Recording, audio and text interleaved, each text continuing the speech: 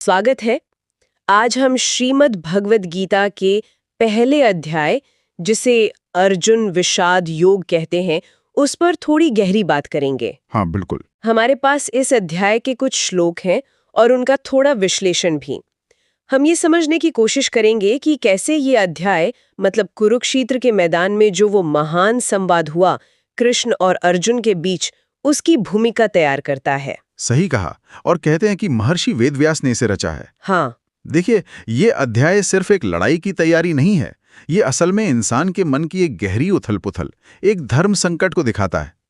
अर्जुन विषाद योग मतलब अर्जुन का जो दुख है, जो शोक है, वो कैसे आत्मज्ञान का, खुद को समझने का एक रास्ता बन सकता है। यही इसका सार है ना? अच्छा। ये हर किसी के जीवन में जो संघर्ष आते हैं ना, कर्तव्य और मोह के बीच, ये उसका प्रतीक है। तो कहानी शुरू होती है कुरुक्षेत्र में, जिसे धर्म क्षेत्र भी कहा गया है।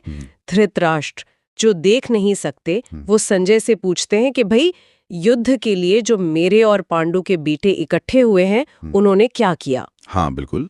संजय फिर बताते हैं कि कैसे दुर्योधन ने पांडवों की सेना, उनकी व्यूह रचना देखी और वो सीधे अपने गुरु द्रोणाचार्य के पास गए। अच्छा। द्रोणाचार्य के पास। हाँ। और वहां जाके वो दोनों तरफ के जो बड़े बड़े योद्धा थे उनका जिक्र करते हैं। जैसे कौरवों की तरफ से भीष्म पितामह, कर्ण, कृपाचार्य, अश्वत्थामा।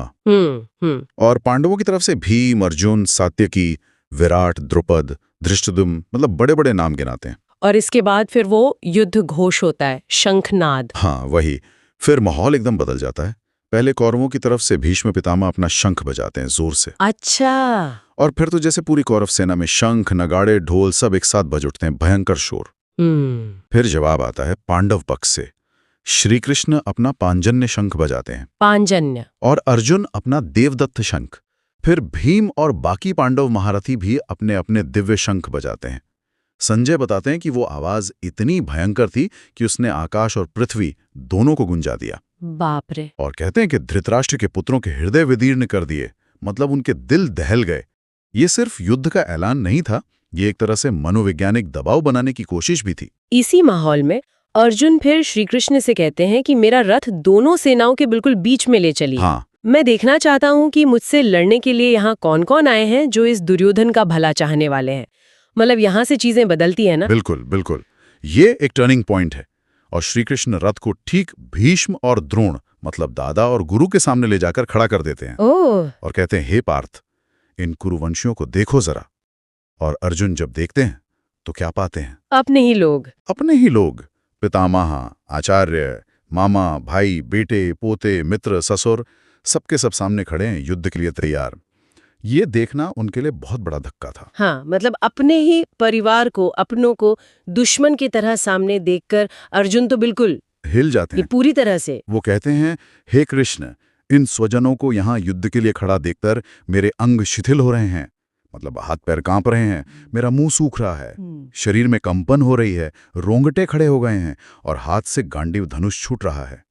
मेरा मन भ्रमित हो रहा है, मैं खड़ा भी नहीं रह पा रहा। और फिर अर्जुन तर्क देना शुरू करते हैं कि युद्ध क्यों नहीं करना चाहिए। हाँ, वो कारण गिनाते हैं। वो कहते हैं कि मुझे ना तो जीत चाहिए, ना राज्य चाहिए, ना ही कोई सुख चाहिए। अरे, जिनके लिए ये राज्य, भोग और सुख हम चाहते हैं, वही तो अपने प्राण और धन की आशा छोड़कर यहाँ सामने मरने मारने को खड़े हैं। सही बात है। पर यहाँ अर्जुन अपनों के लिए ये शब्द इस्तेमाल कर रहे हैं। ये उनके अंदर का द्वंद्व दिखाता है कि कर्तव्य क्या है और मोह क्या है। और वो सिर्फ अपने दुख या पाप की बात नहीं करते, वो आगे बढ़कर कुल के नाश से होने वाले असर की भी बात करते हैं। हाँ, ये भी एक महत्वपूर्ण बिंदु है। वो कहते हैं कि युद्ध से तो सनातन कुल धर्म नष्ट हो जाएंगे, जो परिवार की परंपराएं हैं वो खत्म हो जाएंगी, अधर्म बढ़ जाएगा, कुल की स्त्रियां दूषित हो जाएंगी, जिससे वर्ण संकर संतानें पैदा होंगी। मतलब समाज में एक तरह का घालमेल हो जाएगा, जो उनके अनुसार ठीक नहीं है। हाँ, और ये वर्ण संकर कुल को और कुल घातियों को नरक में ले जाएगा। पितरों को जो पिंडदान मिलता है वो भी रुक जाएगा। तो उनका तर्क ये है कि थोड़े से राज्य और सुख के लालच में अपने ही लोगों को मारना तो महापाप है। इससे तो अच्छा है कि ये कौरव मुझे निहत्थे को ही मार डालें, मैं लड़ूंगा ही नहीं। यहाँ अर्जुन का जो क्षत्रिय धर्म है और उनकी जो व्यक्तिगत भावनाएं हैं, वो आमने सामने आ जाती हैं। पर सोचने वाली बात यह है कि क्या ये सिर्फ मोह था, या अर्जुन के तर्कों में उस समय के हिसाब से, मतलब धर्म और नैतिकता के हिसाब से, कुछ वजन भी था? ये बहुत अहम सवाल है। देखिए, अर्जुन के तर्क सिर्फ इमोशनल नहीं थे। वो उस समय की सामाजिक मान्यताओं और कर्म के सिद्धांत, मतलब पाप पुण्य की जो धारणा थी, उस पर भी आधारित थे। अच्छा। उनका डर वास्तविक था, समाज को लेकर, परिवार को लेकर। भले ही बाद में श्री कृष्ण उसे अज्ञान या मोह कहेंगे, पर उस क्षण में अर्जुन के लिए वो बहुत असली था।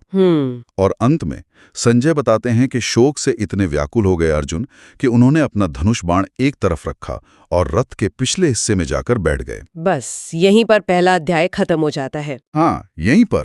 और ध्यान देने वाली बात यह है कि इस पूरे अध्याय में श्री कृष्ण ज्यादातर चुप रहते हैं। हाँ, वो सुनते रहते हैं।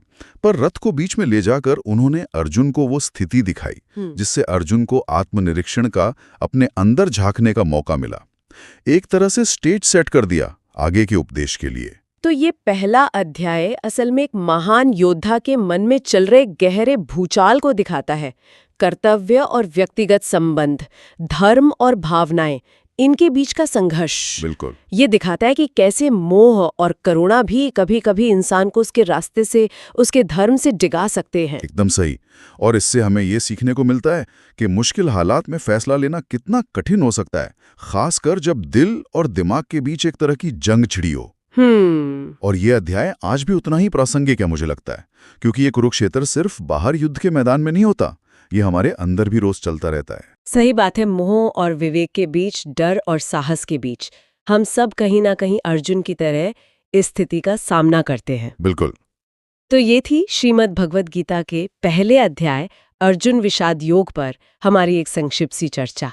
जाते जाते एक विचार और आता है मन में। हाँ। कुछ कथाओं में या विवरणों में ऐसा भी कहा गया है कि इस अध्याय को सिर्फ सुनने या पढ़ने भर से भी पापों से मुक्ति और कल्याण होता है। अच्छा। हाँ, शायद इसलिए क्योंकि अर्जुन का जो एक गहरा मानवीय द्वंद्व है ना, उसको समझना, उसके साथ एक तरह से खड़े होना, ये अपने आप में शायद हमें अपने अंदर के संघर्षों को पहचानने और उनसे ऊपर उठने की एक प्रेरणा देता है।